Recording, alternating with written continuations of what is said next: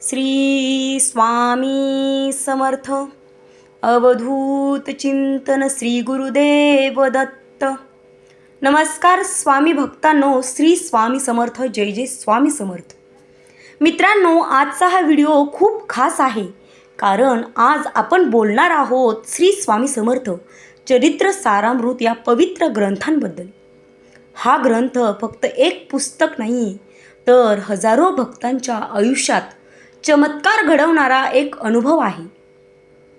अनेक भक्त सांगतात, जेव्हा जेव्हा त्यांनी श्रद्धेने स्वामींचं चरित्र वाचलं, तेव्हा त्यांच्या आयुष्यातील अनेक संकटे आपोआप दूर झाली। अनेक दुःख, अनेक संकट जी आयुष्यात आपल्या आली होती ती आपोआप दूर झाली।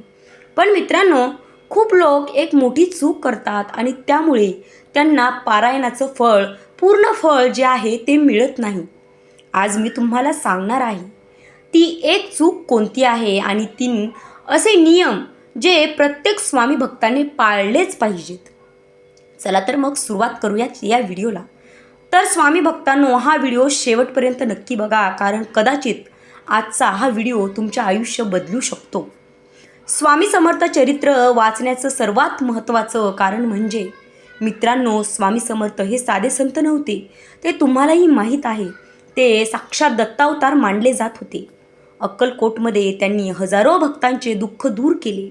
लोक म्हणतात, स्वामी आजही जिवंत आहेत आणि स्वामी भक्ताच्या हाकेला उत्तर देतात। जेव्हा एखादा भक्त स्वामींना मनापासून त्यांच्या चरित्राचे पारायण करतो, त्याच्यावर स्वामींची आपोआप कृपा होते। पण जर नियम पाळले नाही तर पारायणाचे फळ तुम्हाला मिळणार नाही, ते पारायण तुमचं निष्फळ ठरेल। त्यामुळे ती एक मोठी चूक कोणती आहे ते जाणून घेऊयात। तर मित्रांनो, खूप लोक चरित्र वाचतात, पण त्यांच्या मनात श्रद्धाच नसते। ते फक्त काम पूर्ण करण्यासाठी पुस्तक वाचतात।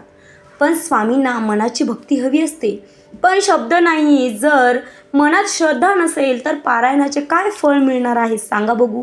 म्हणूनच चरित्र वाचताना मन पूर्णपणे स्वामींमध्ये तल्लीन व्हा, स्वामींमध्ये लावा आणि मगच चरित्राचे पठण करा। तेव्हाच तुम्हाला स्वामींची कृपा तुमच्यावर झालेली दिसेल।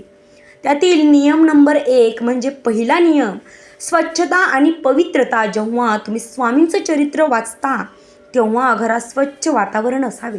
सकाळी अंघोळ करून देवापुढे दिवा लावून मग चरित्र वाचा। यामुळे मन शांत होईल आणि स्वामींची कृपा तुमच्यावर लवकर होईल। नियम नंबर 2, दुसरा नियम, श्रद्धा आणि विश्वास। स्वामी समर्थ म्हणायचे, भिवू नकोस, मी तुझ्या पाठीशी आहे। जर तुम्ही मनापासून स्वामींवर विश्वास ठेवला तर कोणतीही अडचण तुमच्या आयुष्यात जास्त वेळ टिकणार नाही। नियम नंबर 3, तिसरा नियम, सातत्य। खूप लोक 2 दिवस पारायण करतात आणि नंतर ते सोडून देतात, पण स्वामी भक्तांनो, सातत्य ठेवलं पाहिजे। दररोज थोडं जरी वाचलं तरी स्वामींची कृपा मिळते, परंतु मध्ये जास्त दिवस गॅप ठेवू नये।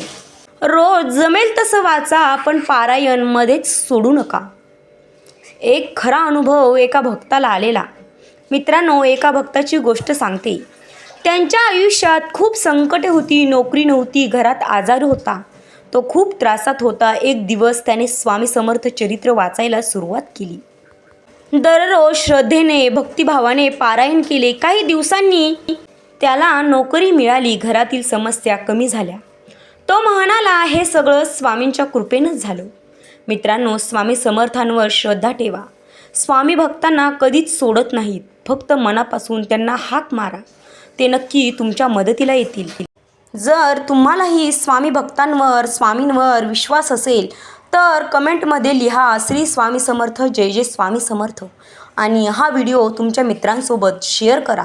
कदाचित हा व्हिडिओ एखाद्याचे आयुष्य नक्कीच बदलू शकतो। श्री स्वामी समर्थ, जय जय स्वामी समर्थ। स्वामी भक्तांनो, व्हिडिओ आवडला असेल तर लाईक करा आणि असेच महत्त्वपूर्ण व्हिडिओ पाहण्यासाठी आपल्या चॅनलला नक्की सबस्क्राईब करा। भेटूयात पुढच्या विषयासह, तोपर्यंत धन्यवाद।